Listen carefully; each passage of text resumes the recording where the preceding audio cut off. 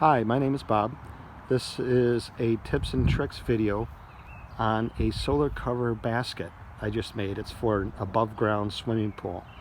I used PVC, mostly 2-inch, but there are some 1.5-inch pipes on there, and I'll go through a list of components. This is not going to be super flashy YouTube video. It's not edited, it's not scripted, mostly not. I actually have, I'll show you the notes. Here's the, you don't have to be able to read that, but these are my notes, and I'll show you what that means right now. In fact, it's just a cheat sheet because I want to say how many of each of these little fittings that you may need to get. If you want to copy this exactly, you don't have to, but I'm sure there's ways of improving on it. But actually, I'm pretty happy with this thing.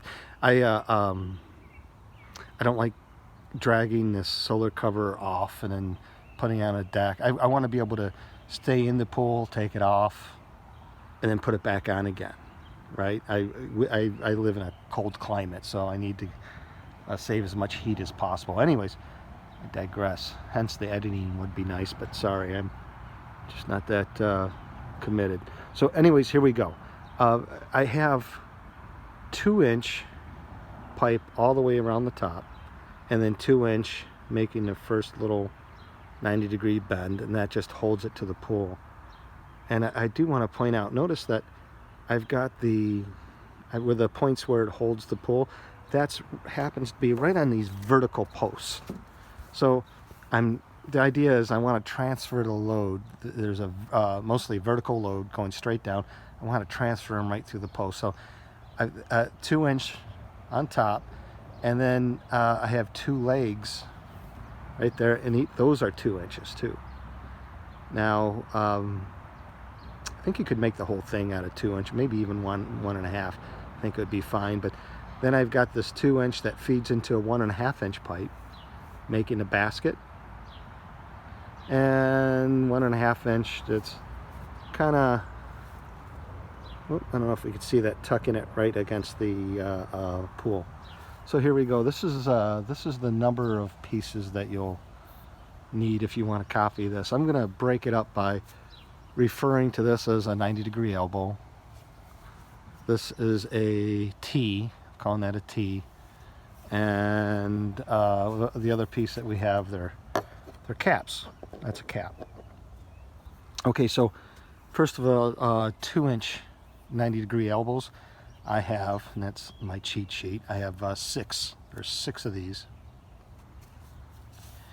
2-inch, that's 2 by 2 by 2. T's, I have 4. There's 4 of these. And then the caps, I've got 2 caps on the ground, and then again, got 2 caps in the pools, right, on the pool side. There's 4 of them for the 2-inch. Now, one thing, I've got it sitting on the grass right now. I'm thinking about, I'm going to probably bury a brick or something on there just to give it something nice and firm to sit on. I don't know over time if that's going to sink in the grass. I don't know, but that's an easy fix. I think I'm going to do that. All right, so carry on. Again, sorry, let's just get through a list of components. I really should get into editing. Again, sorry for that, but there it is. So these things, I have 6 90-degree turns for 2-inch, 4 T's, 4 caps, and then I also have these T's. These T's that's 2 by 2 by 1.5. I got 6 of those. All right, and then I also have T's that are 1.5, 1.5, 1.5, and those I have 4. Let's see, now I've got caps, 1.5-inch caps, 2 of those, and then I have elbows for 1.5-inch. I have 4 of those, and I have one loud motorcycle in the background.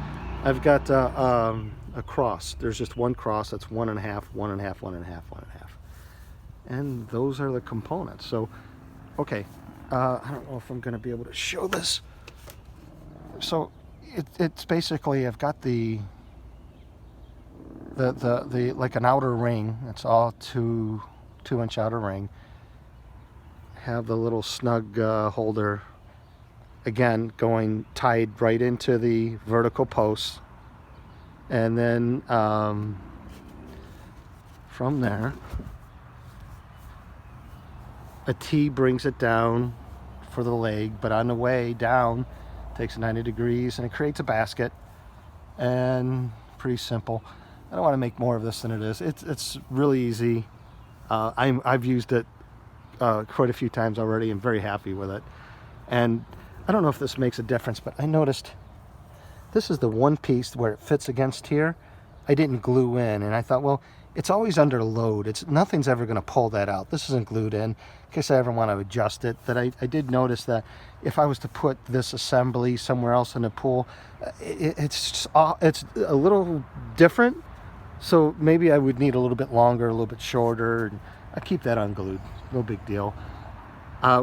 Two last things. One, when you cut PVC, look for a metal blade. Now it's a solid blade. There's no teeth in it. It's made for cutting metal. It slices through this stuff like it's nothing.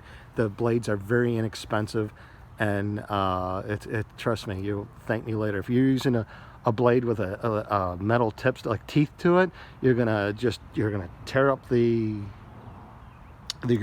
saw blade, and you're not gonna get a good cut. And it's so much easier doing it this way. All right, so that's one. Now here's some bonus video I want to give. I'm just really going to quick go through this because this is going to be another video. But check this out. I did this today. So I copied off the off another YouTube, I copied a design ages ago, I don't know, a year or two ago, and I made that basket, and it's been fine. It's been okay, but and I'm not slamming that basket, but it's flawed. There's several things that I just never cared for. I always think about the load. Where's the load going? Well, it's cantilevered. If you look at this thing, and it's creating too much stress on the side of the pool. So and it's flip-floppy, right? It's just all over the place. So here's some design changes I made to it. Again, I'm not slamming that. My design was a hell of a lot easier because I had that to start with. Not goofing on whoever did that. Good for them, and thank you, because if you didn't make your video, I wouldn't have done this one, and I really appreciate it. But this one's kind of cool. I mean, so right away you'll see the footprint's different. I use less pieces. It's snug. It ain't going anywhere. The one thing I noticed, I had my legs way too long on that one. It doesn't have to be long, it just has to hold on here, right? So here's one unique thing I really like about the one I just made. So this, not only is this part not glued, I have it so it rotates. So I'm rotating that out. I've got one on the other side. I'm gonna rotate that little feather out. Now that that's rotated, this thing comes out, you know, I can take it off super easy, right? Put it back on. Show you the under. Oh, okay. So that's funny. Oh, I thought a piece fell out. It's a stupid thing. That was my notes that I had from my previous video. I'll show you the notes. I just had it sitting on top. Nothing fell off of here that was supposed to be on there. So it's super easy. Oh, here's the other thing that I did differently is I'm putting this. I measured everything so it fits. Remember I said about that vertical post? That's where all your strength. Now when this thing sits in between vertical posts, over time that center piece starts to deform. And I mean, I'm just going to lock this thing back into place. Look at it, it's snug. That thing ain't going anywhere. Oh, also drill some holes in here. And this is brand new. I still got some shavings. Put washers around these screws. I actually bought washers, but I can't find them. Anyways, see, this one had washers on there. I'll put washers on there too. But look at the footprint different. And look at the load. So when you put something on here, all the load is going to the most secure part of the pool as opposed to being cantilevered, pushed in air. This is not as efficient with material or effectiveness, right? This thing is busted out. I had a towel hooked to here, and the wind and time, and I won't do that again.